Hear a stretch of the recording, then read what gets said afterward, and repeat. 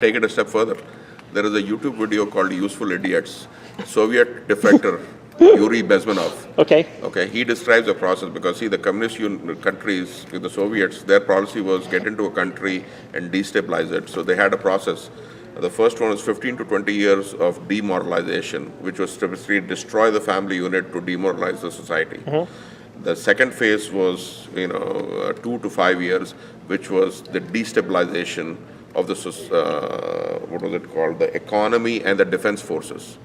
Okay, and the third stage was a coup. They called it something different in the movie, but the coup was where the government would fall and immediately a puppet communist government would be installed. And the fourth stage was normalization.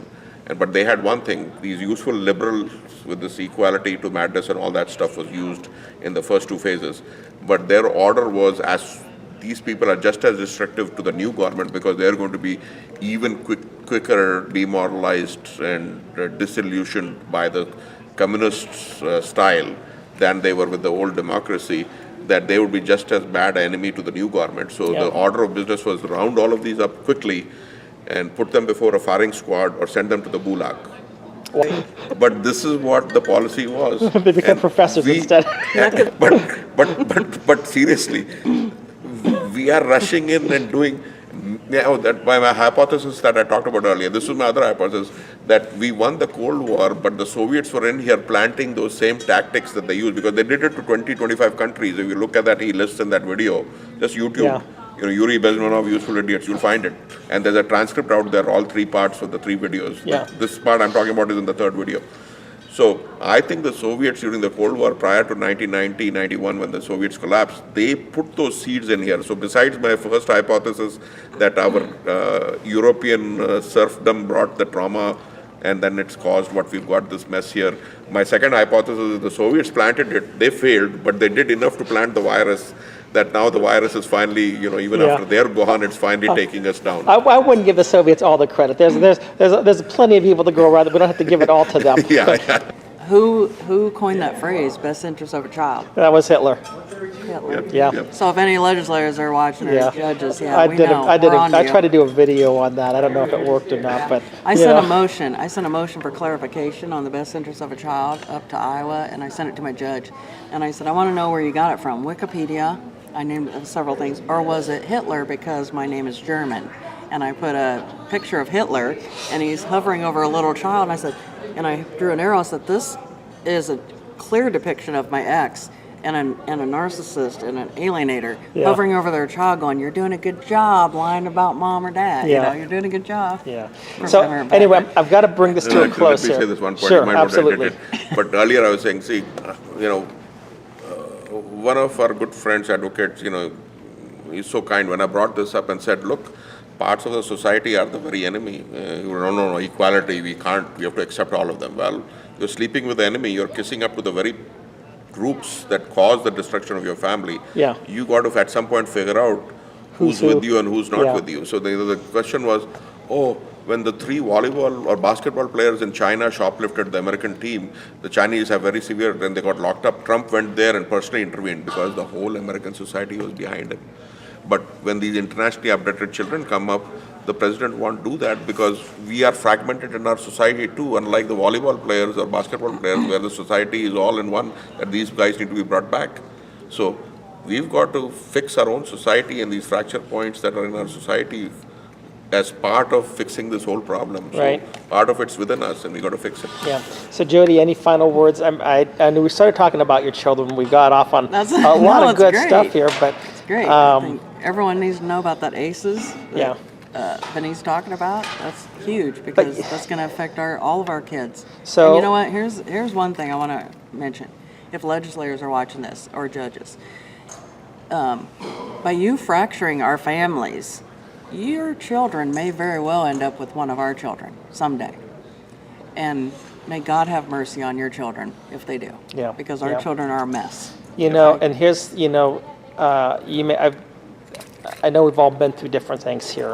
And as you know, part of my motivation, as well as I'm sure one of your motivations, is that it not happen, that it stop at this generation. No, one thing has to be clear, indirectly or directly, we are all in the same boat. You think your family is intact, you're not affected, you're paying for this mess. Yep. And the societal are. and social impacts in this thing is like a tsunami sloshing Yeah. back and forth, and you're all getting splashed. So Vineet, So get it through your heads. Yeah. This We is- need the unaffected to become affected. Yeah. You are They affected are affected. already. Yeah. Wake up to Yeah. the fact. That's what you're all affected one way or the other. Right. so your Vineet, legislators. I saw this one TED talk about this guy who was his teacher, and he had this one child. Or he knew this boy growing up, or something like that. He was in his class, I think it was, but he talked about early intervention, and because now this one student of his was facing the death penalty. Because of all these different things that happened. And he talked about, intervention here could have done this, intervention here could have done that. But what it came down to was one of these adverse childhood experiences that he had. He remembered, the teacher asked him, said, do you remember what happened when you were young? And he said, I was 5 years old and my mother came at me with a butcher knife that was as big as I was. How do you ever forget that? Yeah. That's trauma for the child. Right, and that was the effect. There were so many small things along the way, though, that could have gotten him on the right path. And this teacher befriended him, but it was too late for him. So I think he had to go through. I think he was put to death. But here it was. You look at these children, you look at these innocent babies, and you say, if that baby is given the right nurture and love, and I'm not saying that there may not be. Generally speaking, if the baby is given the right nurture and love, and knows that he is important and that somebody's there for him, that child has an incentive. It's going to more than likely go the right direction, more than likely turn out good.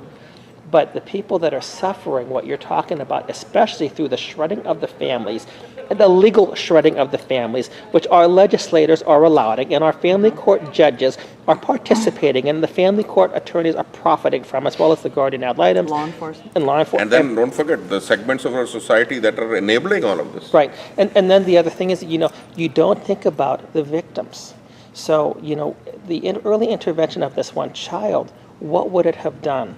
It would have prevented a father and mother from losing some children, because the guy who was being put to death killed. There's a British saying, an ounce of prevention is worth a pound of cure later. Yeah, Or something like that. Yeah, I know. I'm trying to think of the exact It's words. worth a lot more than that, honestly. Yeah, And when you're talking about the shredding of families, and that's why. So Matthew Krause, I'm hope that will again introduce the bill to repeal unilateral divorce. And to me, people look at me like I'm like, and the experience, like they're crazy to talk about this issue, but it is the most important issue addressing our society, the breakdown of the family. And people say, well, don't want government involved. Government is involved. Government is part of the perpetrator. Government is the enabler of these crimes. What we're trying to do is tell the government, back off. Stop Well, actually, to be enabling. blunt, once the people catch on to this, as it's beginning to happen Yeah. in social media, it's going to get picked up. Yeah. You better catch on, otherwise it's going to get really, really intense, because we are not going to put all this anymore. We've had enough of this. This needs to end immediately. And all of us that are involved in this, even though our kids are aging out, Vineet's are aging out, I don't think he's going to stop. I'm not going to stop. Yeah, I mean, I'm not I'm gonna stop. fighting for my I'm grandchildren. fighting for my future grandchildren. You're Yeah. fighting for yours that are already here. And yet unborn, even future generations, Yeah. 2, That's 3 out. Yeah. This ripples across all of them. Yeah. And And this has to stop. I've told the legislators, I'm not going away. Yeah. You're going to see letters from Well, me all the time. and I think that they know that. I think they all know I mean, that.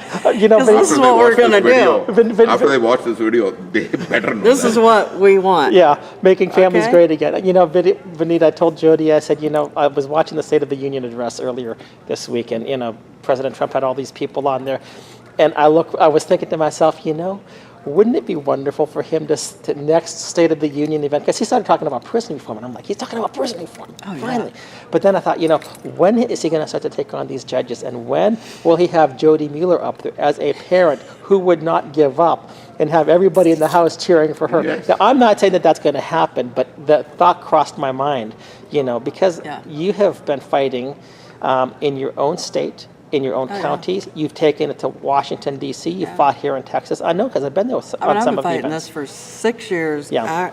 Yeah. actively, but Yeah. this alienation's been going on in my family for 17 years. Yeah, yeah. And actually, prior And to this is yeah. President Trump, if you're watching, this is the primo issue. Make America great again. Yeah. Yep. picks the family. Yeah. And I think Everything else will flow down Yeah. from out of that one blessing. yeah. That's right. And End of story. you know, one thing I appreciated about President Trump is that, you know, you can look at his divorces and stuff like that, but at least from what I gather, his family is still strong. You know, And you never heard him talk bad about the mother. you never heard him talk ever, bad. ever. In fact, the crazy thing was is that all of them were supporting him for the presidency. And you know, you look at his children, and I thought, you know, when people were speaking poorly about President Trump, I said, but look at his children. Look at his children. How, and maybe as well his wife did that. Well, you know what? Nevertheless, I don't care. No. You know, they are an outstanding family, and I mean, they've got a lot of wonderful things, and you wish. I mean, these are the things you wish your kids could emulate. Being successful as they are, and being able to stand. You know, you might have differences, whatever, but you know, I think that if President Trump decides to make families great again, In fact, he will President be- Trump, he will make be- America great again, can't do it without making families great Yeah, again. yeah. That's right. Just can't do it. yeah, Nope. yeah. You are the moral fabric. you're doing a pipe dream if you think you're going to No, do it without making family great again. I That's just a necessary intermediate stopping point Look. that will launch everything else. And we need I- parental rights to be named as fundamental, Yeah. because in all these 50 states, I've gone through a lot Yeah. of them, and you Google it, are parental rights fundamental in this state? Yeah. And it'll say the state is at risk or something else. Yeah. Iowa definitely says at risk. I think Texas says severe scrutiny or something like that. I've We need got that. like about 1 minute left on this, so this is for me. I think President Trump is going to be coming back to make families great. I think that He his has no heart choice. is for He's family. trademarked Make America Great Again. Yeah, but I think that there's something. I think it's more deep. I think it's deeper in his fabric than what most people give him credit for. And I look forward to seeing, if not next, well, I'm hoping next year he's going to be up there to say it's time to make families great again.